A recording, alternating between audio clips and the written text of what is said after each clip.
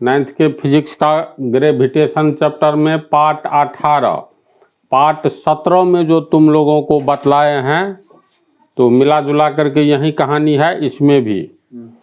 अब देखो, दंड तुला, दंड मतलब डंटा, तुला मतलब तराजू।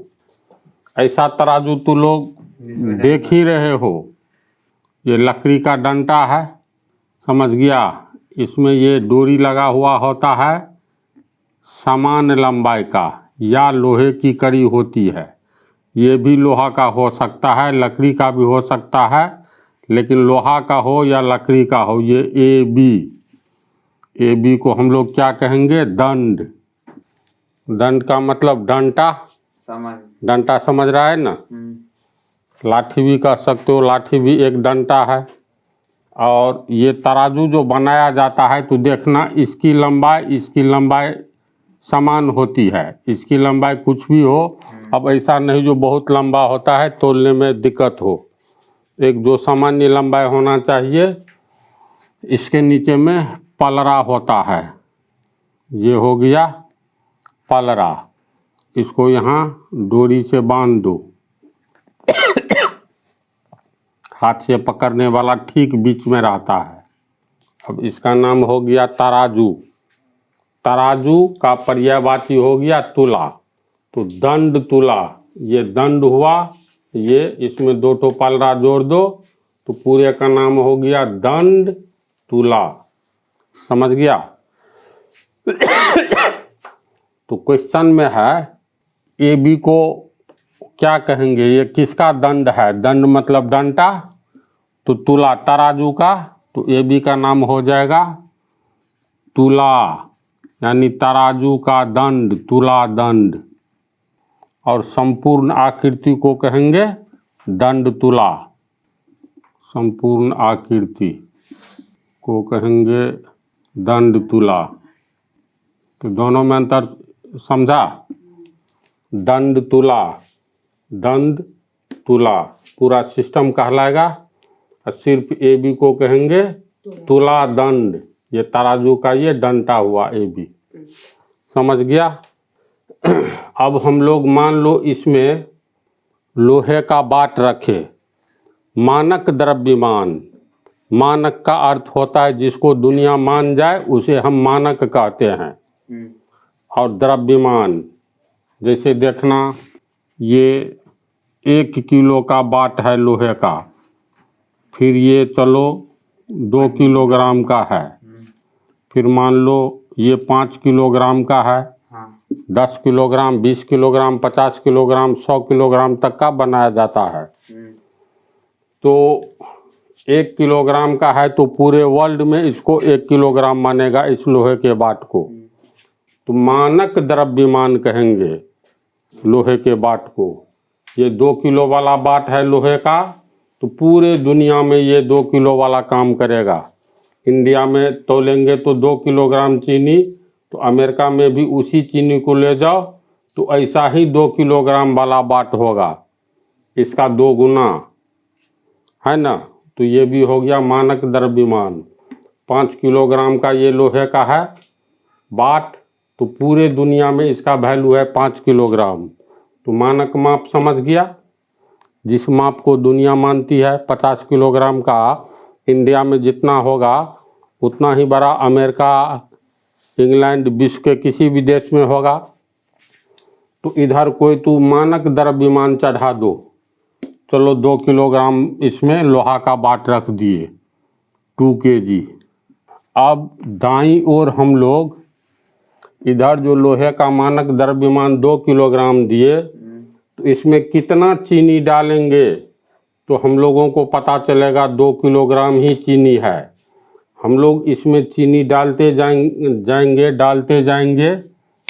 मान लो शुरू में ये इसमें कुछ नहीं है, इसको हाथ से पकड़ोगे तो ये ऐसे होगा, ये नीचे झुक जाएगा, यानी ये ऐसे हो जाएगा।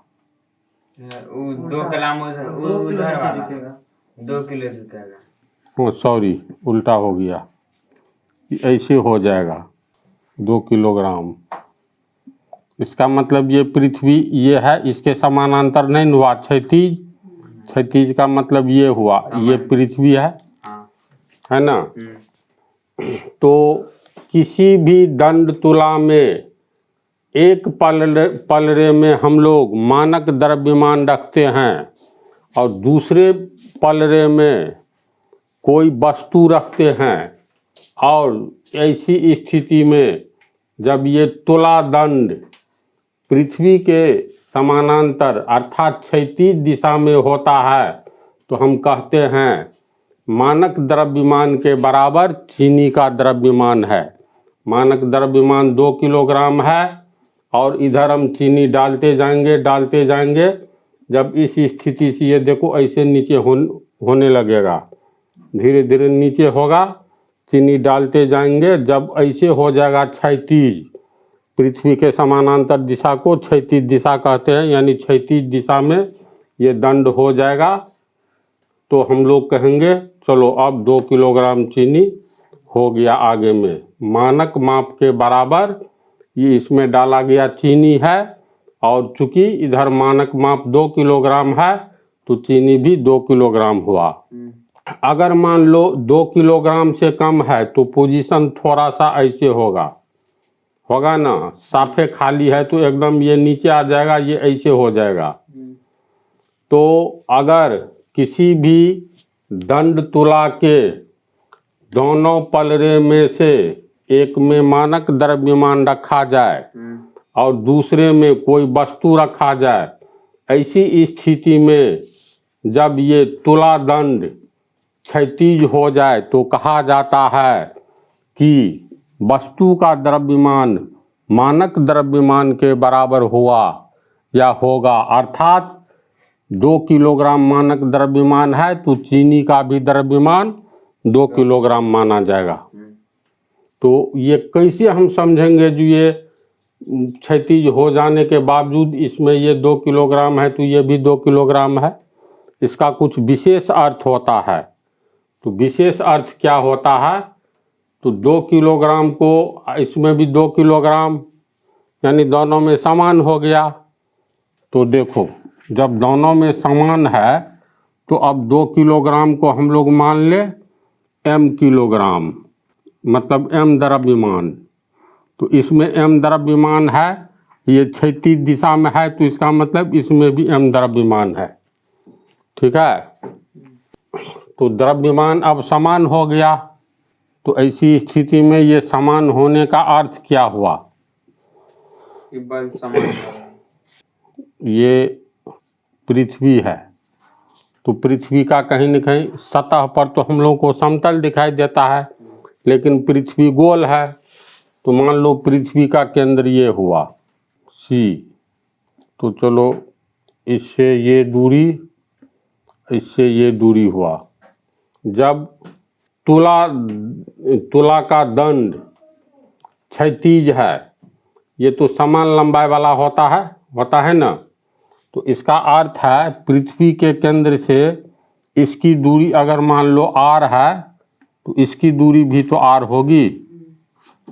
तो डिस्टेंस दोनों पलड़ा का समान है पृथ्वी के केंद्र से। अब फिर याद करो इस पर कितना बल लग रहा है। पृथ्वी गुरुत्वाकर्षण बल से अपने केंद्र की ओर खींच रही है, इसको भी खींच रही है। तो ये हो गया F1 बल पृथ्वी के केंद्र द्वारा इस पर गुरुत्व बल लग रहा है, और इस तुला पर भी जो इसमें समान है m और इसमें भी m द्रव्यमान, तो इस पर F2 लग रहा है। तो F1 बराबर Gm, m है मान, ये तो पृथ्वी का द्रव्यमान हो गया बटा r²। F1 बराबर होगा, इस पर इतना बल लग रहा है, इस पर कितना बल लग रहा है, तो F2 का वैल्यू क्या होगा? G का मान तो फिक्स है, पृथ्वी का भी मान फिक्स है, द्रव्यमान क्या है m बटा r²। देखो तो F1 बराबर जितना है F2 बराबर उतना ही है। इसका मतलब दोनों पलड़े पर लगता हुआ गुरुत्व बल समान है। तो इसका निष्कर्ष क्या हुआ? अगर किसी भी दंड तुला के पहले पलड़े पर और दूसरे पलड़े पर समान द्रव्यमान वाला वस्तु है, एक और मानक द्रव्यमान है और दूसरे ओर इसमें कोई वस्तु है, और ये इसका तुला का दंड जो है क्षैतिज अवस्था में है, तो दोनों पर लगने वाला गुरुत्व बल समान है, अर्थात F1 बराबर F2। समझा? अगर मान लो ये पोजीशन नहीं हो करके m का मान बड़ा है, यानी इसमें m1 है, इसमें m2 है, तो m1 पर कितना बल लगेगा? तो F1 बल लग रहा है, तो F1 बराबर इसमें m1 है, तो m1 हो जाएगा, और इस पर m2 है, तो G वहीं रहेगा, M वहीं रहेगा, ये M बदल गया, इतना हो जाएगा, है ना? तो ये दोनों में देखो G बराबर है, M बराबर है, R का मान बराबर है, M1 और M2 पर तमाम फोर्स निर्भर करता है, G का मान नहीं बदलने वाला है, M हो गया पृथ्वी का और दूरी समान है ना?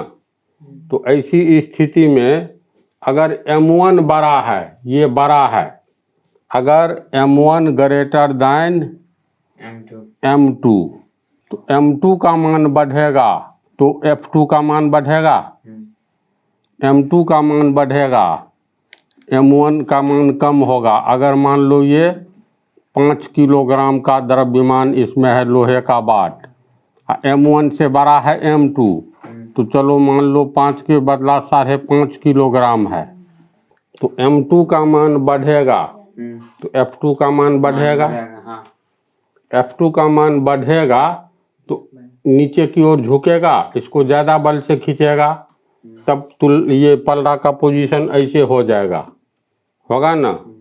और अगर मान लो ये 5 किलोग्राम है, ये 4 किलोग्राम है, M2 का मान यहाँ 4 किलोग्राम कर दो, तो 4 किलोग्राम, ये 5 किलोग्राम है, ये 4 है, और सब राशि समान है, तो M2 का मान कम है तो F2 कम होगा, यानी ये F2 का मान कम होगा। ये मान लो 50 न्यूटन का बल लग रहा है, तो 50 न्यूटन के बदला कम, यानी मान लो 45 न्यूटन का लग रहा है।